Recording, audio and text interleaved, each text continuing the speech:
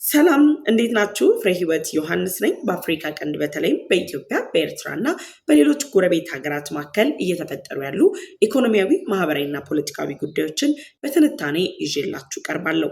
በተለይም ደግሞ ከኢትዮጵያ የቀይ ባህር ጥያቄ ጋር ተያይዞ የሚነሱ ሀሳቦች ላይ ያተኮሩ መረጃዎችን ለእናንተ አደርስላችኋለሁ። በዛሬ ቆይታችን በሁለት መሰረታዊ ጉዳዮች ላይ አብረን ቆይታ የምናደርግ ይሆናል።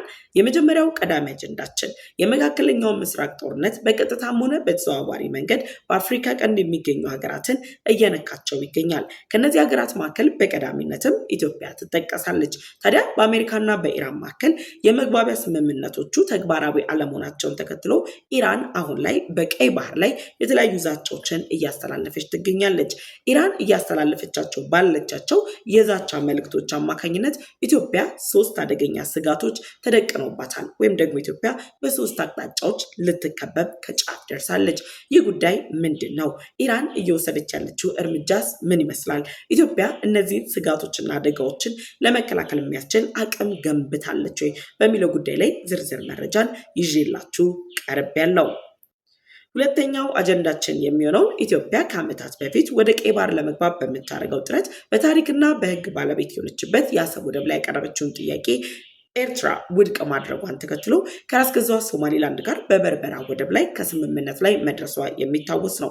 ታዲያ በኢትዮጵያና በራስ ገዟ ሶማሊላንድ መካከል የተደረሰው የባህር በር ስምምነት ለራስ ገዟ ሶማሊላንድ የሉዓላዊ ሀገርነት እውቅናን የሚያጎናጽፋት መሆኑን ተከትሎ ሶማሊያ፣ ጅቡቲ፣ ግብፅና ሱዳን እንዲሁም ደግሞ ኤርትራ እየተቃወሙት ቆይተዋል። ታዲያ በዚህ ሁሉ ውጥረት መካከል እስራኤል ለራስ ገዟ ሶማሊላንድ የሉዓላዊ አገርነት እውቅናን ሰጥታለች።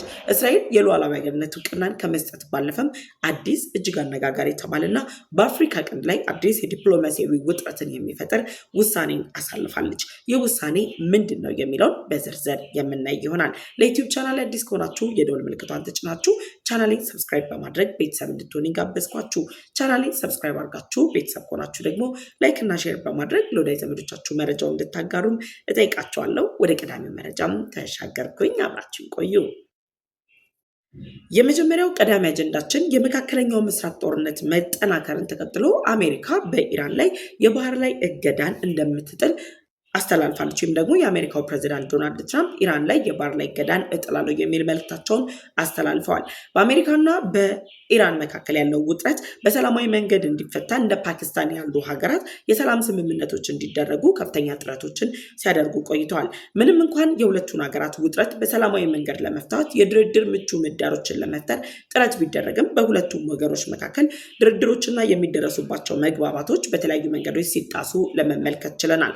ታዲያ የአሜሪካው ፕሬዚዳንት ዶናልድ ትራምፕ ኢራን ላይ የተለያዩ ውሳኔዎችን ያሳለፉ ሲሆን አሁን ላይ ደግሞ የባህር ላይ እገዳን እጥላለሁ ማለታቸውን ተከትሎ ኢራን የቀይ ባህርና የኦማን ባህረ ሰላጤ ላይ የሚደረጉ የንግድ እንቅስቃሴዎችን ለማስተጓጎል እንደምትችል ገልጻለች። በነገራችን ላይ ኢራን የቀይ ባህር ላይ የሚደረጉ የንግድ እንቅስቃሴዎችን የምታስተጓጎል ከሆነ አሁን ላይ እኛ እንደምናስበው ኢትዮጵያ ብቻ ሳትሆን የምትጎዳው በመላው ዓለም ላይ የሚገኙ ሀገራት በተለይም ደግሞ ቀይ ባህርን የኢኮኖሚ መሰረታቸው ያደረጉ ሀገራት ኢኮኖሚያቸው ወደ መድቀቅ ይገባል። ከነዚህ ሀገራት መካከል እነ ግብፅ፣ እነ ኤርትራ፣ ጅቡቲና ኢትዮጵያ ተጠቃሾች ናቸው።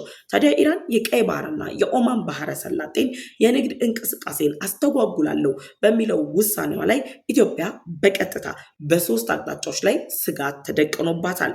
ኢትዮጵያ ላይ የተደቀነው ስጋት አሁን ላይ ኢትዮጵያ የባህር በርና ወደብ አልባ በመሆኗ ምክንያት ከሚደርሱባት ኪሳራዎች እየገጠሟት ካሉ ፈተናዎች በተጨማሪ ሌላ አዲስ የፈተና ምዕራፍን የሚገልጥ በመሆኑ የአሜሪካ መንግስት በኢራን ላይ የሚያሳርፈው እገዳ ወይም ደግሞ የሚጠላው እገዳ ኢራን ለምትወስነው ውሳኔ መሰረት በመሆን በታዳጊ ኢኮኖሚ ላይ የሚገኙ ሀገራትን በቀጥታም ሆነ በተዘዋዋሪ መንገድ እንደሚያውካቸው ጭምር እየተገለጸም ይገኛል። ታዲያ ኢራን የቀይ ባህርና የኦማን ባህረ ሰላጤን የንግድ መስመሮችን አስተጓጉላለሁ ወይም ደግሞ እዘጋቸዋለሁ፣ ዓለም አቀፉ ማህበረሰብ በእነዚህ መስመሮች ተጠቅሞ ንግድ እንዳይፈጸም አደርጋለሁ የሚል ውሳኔ ማሳለፏ በከፍተኛ ፍጥነት እያመረተች ያለችው ኢትዮጵያ የቀይ ባህርን በመጠቀም ለዓለም አቀፉ ገበያ የምታወጣቸውን የተለያዩ ምርቶቿን እንቅስቃሴያቸውን ከመገደብን በተጨማሪ ኢትዮጵያን በሶስት አቅጣጫ ስጋቶችን ይጥሉባታልም ይባላል። የመጀመሪያው ስጋት ኢትዮጵያ የሚያጋጥማት የኢኮኖሚና የንግድ መስተጓጎል ነው። ኢትዮጵያ 90% በላይ የሚሆነው የገቢ ወጪ ንግድ እንቅስቃሴዋን በጅቡቲ ወደቦች ላይ አድርጋ ከዓለም የንግድ ስርዓት ጋር እየተግባባች ትገኛለች። ይህ ማለት ኢትዮጵያ ለጅቡቲ ወደብ ከምትከፍለው የወደብ አገልግሎት፣ የኪራይ፣ የትራንስፖርቴሽን፣ ሌሎች ክፍያዎች በተጨማሪ የባህር በርና ወደብ ባለቤት ሆና በህግና በታሪክ ባለቤት በሆነችበት የአሰብ ወደብ ላይ እየደረሰባት ባለው ጫና አማካኝነት በጅቡቲ ላይ ጥገኛ በመሆን ወደ ቀይ ባህር እየገባች ትገኛለች። ኢትዮጵያ ወደ ቀይ ባህር ከመግባትም ባለፈ ደግሞ በዓለም ላይ በከፍተኛ ሁኔታ ተፈላጊነት ያላቸው እንደ ቡና፣ እንደ ወርቅ ያሉ ግብአቶቿን ለዓለም አቀፉ ገበያ በማቅረብ ጭምር ረብጣ ቢሊዮን ዶላር በኢኮኖሚዋ ላይ እያገኘች ትገኛለች። ይህ ደግሞ በሀገራችን ኢትዮጵያ ላይ ያለውን የውጭ ምንዛሬ እድገትንም ካመጡልን ዘርፎች መካከል ነው።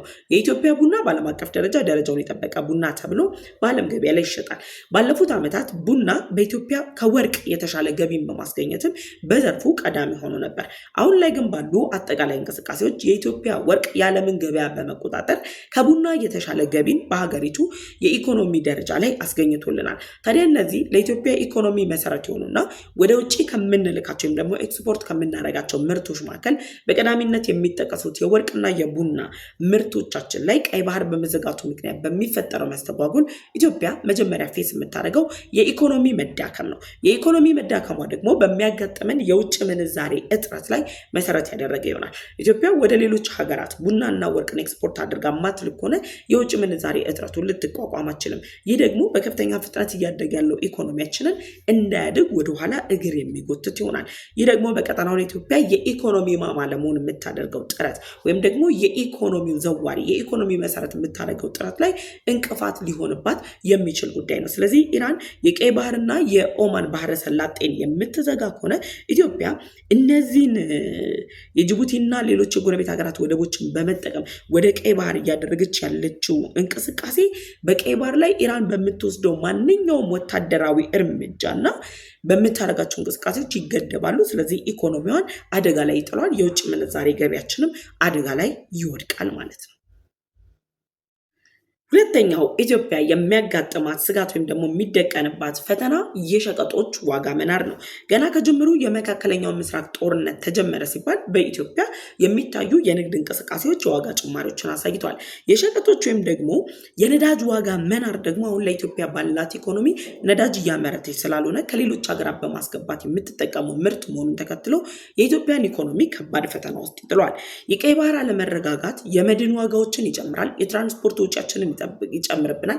ደን ደግሞ በጅቡቲ ወደቦችና በሌሎች ወደቦች ላይ የኢትዮጵያ መርከቦች በሚያደርጓቸው ቆይታዎች ላይ የሚወጣውን ወጪ በመጨመር የኢትዮጵያን የሸቀጦችን ዋጋና የነዳጅ ዋጋ ጭማሪን ያሳያል። ጠቅላይ ሚኒስትር ዶክተር አብይ አህመድ ከኢትዮጵያ ብሮድካስቲንግ ኮርፖሬሽን ጋር በነበራቸው ቃለ መጠይቅ ኢትዮጵያ ባህር አልባና ወደብ አልባ በመሆኗ ምክንያት ለወደብ በምናወጣው ወጪ ከዓለም አቀፉ ገበያ ላይ ልናገኛቸው የሚገቡ ምርቶች ከፍተኛ የሆነ የዋጋ ጭማሪን አሳይተውብናል።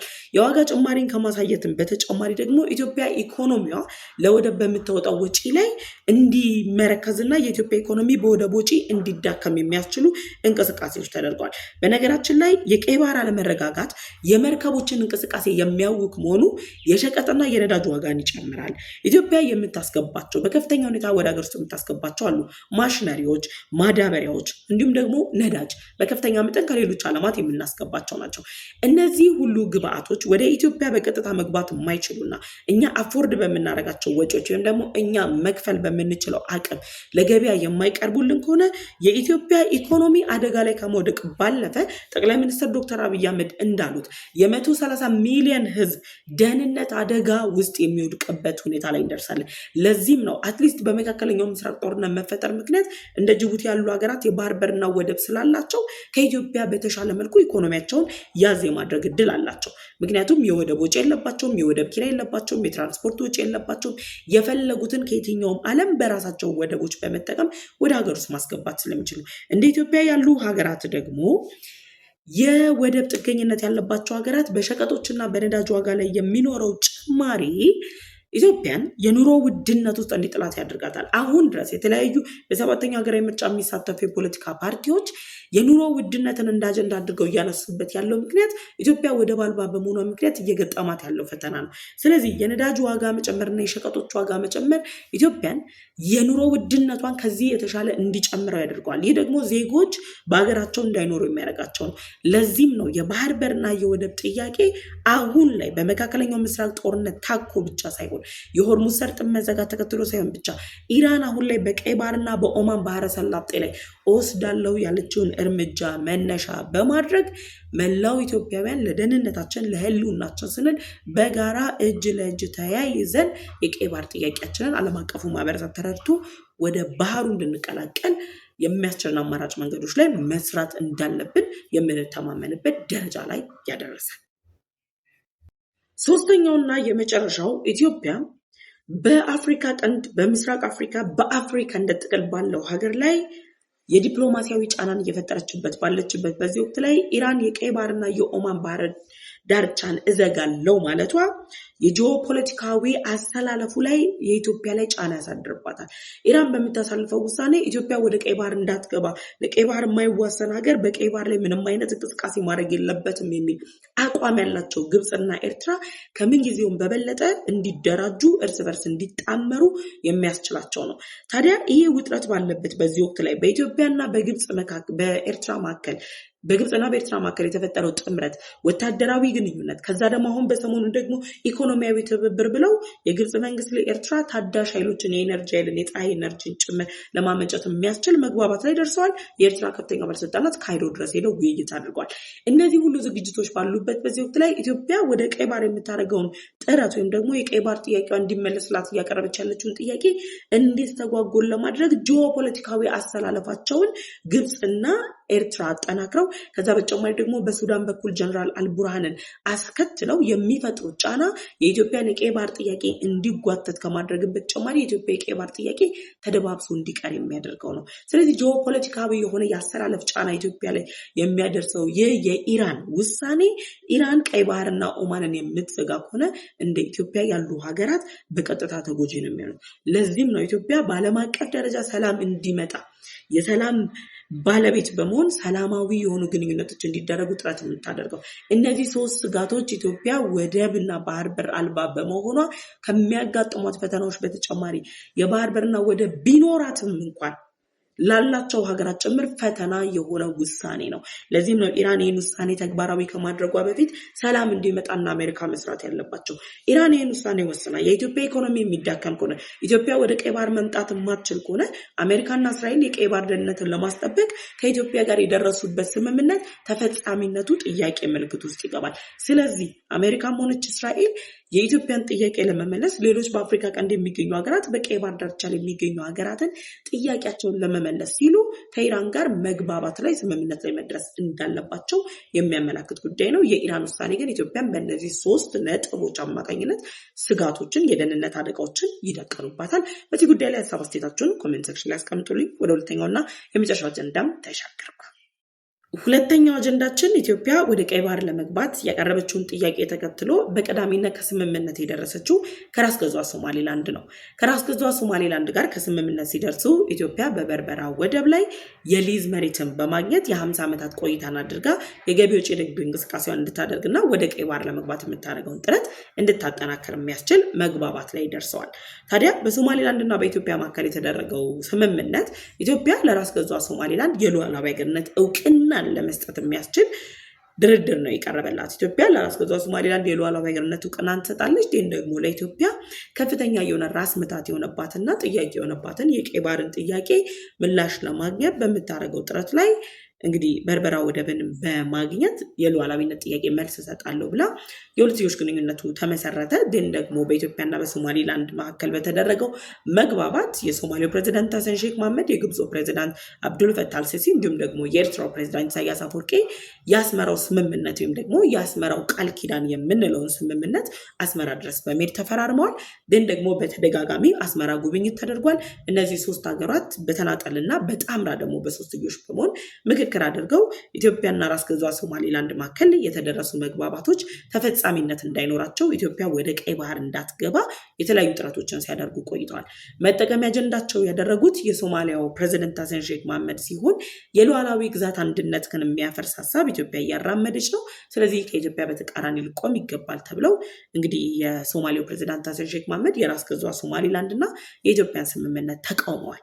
ኢትዮጵያ ለሶማሊያ ባለውለታ ሀገር ነች። ኢትዮጵያ ለሶማሊያ በተለይ ደግሞ ለፕሬዝዳንቱ ስልጣን ላይ ለመቆየት እየተጫወተች ያለችው ሚና እጅግ ትልቅ ነው። ነገር ግን ደግሞ ግብፅና ኤርትራ እንዲሁም ጅቡቲ እየፈጠሩት ባለው ተጽዕኖ አማካኝነት የሶማሌላንድና የኢትዮጵያን ስምምነት ውድቅ ለማድረግ ሲሰሩ ቆይተዋል። ታዲያ ኢትዮጵያ የሉዓላዊነት ዕውቅናን ለሶማሌላንድ ትሰጣለች ተብሎ እየታሰበ ባለበት በዚህ ወቅት ላይ በድንገት እስራኤል ለራስ ገዟ ሶማሌላንድ የሉዓላዊነት ዕውቅናን ከወራት በፊት ሰጥታለች። እስራኤል ለራስ ገዟ ሶማሌላንድ የሉዓላዊነት ዕውቅናን ስትሰጥ እና አሜሪካ፣ ህንድ እንዲሁም ደግሞ ግሪስ ቀጣይ ለራስ ገዟ ሶማሌላንድ የሉዓላዊነት ዕውቅናን ይሰጣሉ ተብሎ ግምት የተሰጣቸው ሀገራት ሆነው ቆይተዋል።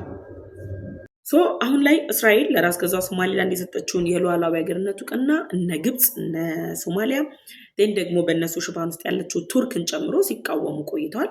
ከዛ እስራኤል የሉዓላዊ ሀገርነት ዕውቅናን ከሰጠች በኋላ የጦር ቤዟን ለመገንባት የሚያስችሉ መግባባቶች ላይ ደርሳለች። አሜሪካም ደግሞ በተለያዩ መንገዶች ለራስ ገዟ ሶማሌላንድ ድጋፏን እየሰጠች ቆይታለች። ፋይናንስ ስርዓቱንም ማጽድቃለች። እነዚህ ባሉበት ሁኔታ ላይ የእስራኤል መንግስት በእስራኤል የውጭ ጉዳይ ሚኒስትር ጌዲዮን ሳር አማካኝነት ለራስ ገዟ ሶማሌላንድ የመጀመሪያውን የሶማሌላንድ አምባሳደር ሾመዋል። አምባሳደር ሚካኤል ተልሜ የሚባሉ አምባሳደር እንግዲህ ተሾመዋል። እኛ አምባሳደር በሌሎች ሀገራት ላይ ያላቸው ተሞክሮ ይታወቃል። በዲፕሎማሲ ረገድ የሰሩት ስራ ይታወቃል። የአምባሳደሩ መሾም በአፍሪካ ቀንድ ላይ ያለውን የጂኦፖለቲካዊ አሰላለፍን ይቀይራል። ደግሞ ኢትዮጵያ ወደ ቀይ ባህር ለመግባት የምታደርገውን ጥረት በደንብ ያጠናክራል። ይሄ ማለት እስራኤል በተደጋጋሚ የኢትዮጵያን የቀይ ባህር ጥያቄ ከሚደግፉ ሀገራት መካከል ትጠቀሳለች። ይሄ ማለት በእስራኤልና በአሜሪካ በኢትዮጵያ መካከል የተደረጉ የቀይ ባህር ደህንነትን የማስጠበቅ ስራዎች ወይም ደግሞ የቀይ ባህር ደህንነትን የማስጠበቅ ኃላፊነቶች የሚከናወኑት ኢትዮጵያ የቀይ ባህር አካል ስትሆን እንደሆነ ጭምር ያውቃሉ። የተባበሩት አረብ ኤምሬት የበርበራ ወደብ ላይ በምታደርገው ልማት ለኢትዮጵያ የተለያዩ ድጋፎችን እያደረገች ነው ያለችው። ከዛ በተጨማሪ ግን እነዚህ ሀገራት አሁን ላይ ባላቸው እንቅስቃሴ ደግሞ እየተጠናከረ ባለው አካሄድ አማካኝነት የእስራኤሉ አምባሳደር ራስ ገዟ ሶማሌላንድ ላይ መሾም ለኢትዮጵያ የራሱ የሆነ እድልን ይዞላት መጣል። እነ ሶማሊያን፣ እነ ጅቡቲን፣ እነ ኤርትራን፣ እነ ግብፅን ቢያስቆጣም ለኢትዮጵያ ግን የተሻለ አማራጭን ያመጣል። ምክንያቱም እስራኤል ለራስ ገዟ ሶማሌላንድ የሉዓላዊነት ዕውቅናን ከመስጠት ባለፈ የሁለትዮሽ ግንኙነትን አጠናክረው በየመድረኩ ከመገናኘት ባለፈ ምንም እርምጃ አትወስድም ብለው አሰብስበው የተቀመጡት እነ ሶማሊያና እነ ግብፅ ባላሰቡት ሰዓት ላይ እስራኤል አምባሳደር ሾማለች። አምባሳደር ሾማለች ማለት እስራኤል በራስ ገዟ ሶማሌላንድ ላይ የምታደርገውን የጦር ቤዝ ግንባታን ጨምሮ ሌሎች ልትፈጽማቸው የምታስባቸው ሜጋ ፕሮጀክቶችን ትፈጽማለች። የሁለቱ ሀገራት ግንኙነት እንደ ቀልድ የሚመለከቱት አይደለም። ይህንን መነሻ በማድረግ በእስራኤልና በራስ ገዟ ሶማሌላንድ መካከል የተደረሰው መግባባት የሁለቱም ሀገራት ትክክለኛ ወዳጅ የረጅም ጊዜ ጠንካራ የሚባል ጥምረት ያላት ኢትዮጵያን ይበልጥ እንድትጠናከር አድርጓታል። ይህ ማለት ኢትዮጵያ በኢኮኖሚ ብቻ አይደለም፣ በዲፕሎማሲ ረገድ እየፈጠረች ባለችው ጫና ለሶማሌላንድ ዋስትና መሆን የምትችል በመሆኗ ከሶማሌ በኩል የሚመጡ የትኛውም ጥቃቶች የትኛውም የየመኑ ሁቲን ጨምሮ የሽብር ጥቃት ፈጽማለሁ የሚለውን ኃይል ለመከላከል የሚያስችል አቅም በመገንባቷ በኢትዮጵያና በሶማሌላንድ መካከል የነበሩ ዲፕሎማሲያዊ ጥምረቶች፣ የተደረሱ መግባባቶች፣ በበርበራ ወደብ ላይ የተጀመሩ እንቅስቃሴዎች እስራኤል በድፍረት የኢትዮጵያን የቀይ ባህር ጥያቄ ከመደገፍ ባለፈ ኢትዮጵያ ወደ ቀይ ባህር እንድትገባ የሚያስችሉ አማራጮች ላይ እርምጃ እንድትወስድ አድርጓታል። ለዚህም ነው የሶማሌላንድና የእስራኤል ግንኙነት አሁን ላይ ከማደጉ ለነ ግብፅ፣ ለነ ኤርትራ፣ ለነ ጅቡቲ ስጋት የፈጠረባቸው። ኢትዮጵያ የምትባል ሀገር ወደ ቀይ ባህር መግቢያዋ ትክክለኛ ወቅት ነው ብለው እንዲያምኑ የሚያስገድዳቸው በመሆኑ ነው። ለዚህ ነው ኢትዮጵያ ከራስ ገዟ ሶማሌላንድ ጋር የደረሰችበት ስምምነት እውን ሆኖ ኢትዮጵያ ወደ ቀይ ባህር መግባቷ አይቀሬ ነው የሚባል። የእስራኤል መንግስት አሁን የአምባሳደር መሾም በነገራችን ላይ እነዚህ ሀገራት ብቻ አይደለም የሚቃወሙት፣ የአረብ ሀገራትና የሙስሊም ሀገራት በከፍተኛ ሁኔታ ሲቃወሙ ነበር። የራስ ገዟ ሶማሌላንድ ሉዓላዊነት ዕውቅናን የተባበሩት አረብ ኤምሬት ነች ድጋፍ አስታሳየ ነበረው። ቱርክ ደግሞ የራሷን አጀንዳ በሶማሌ በኩል ለማስፈጸም ጥረቶችን ስታደርግ ነበር። ስለዚህ አሁን ያለው ውጥረቱ ይህ መሰጠቱ የቀጠናው የተቃውሞና የሆኑ ያሉ ጫናዎች ሙሉ ለሙሉ ተሰብስበው በእስራኤል እንዲዘወር የሚያደርጉ መሆናቸውን የሚገልጹ የሚያሳዩ መረጃዎችም እየወጡ ይገኛሉ። ስለዚህ አምባሳደሩ መሾማቸው ለኢትዮጵያ የራሱ የሆነ እድልም ይዞላ መጥቷል። በዚህ ጉዳይ ላይ ሀሳብ አስተያየታችሁን ኮሜንት ሴክሽን ላይ አሳውቁኝ። አብሬያችሁ የቆየሁት ፍሬህይወት ዮሐንስ ነበርኩኝ። በቀጣይ በሌሎች ፕሮግራሞች እመለሳለሁ። እስከዛ ግን ቻው።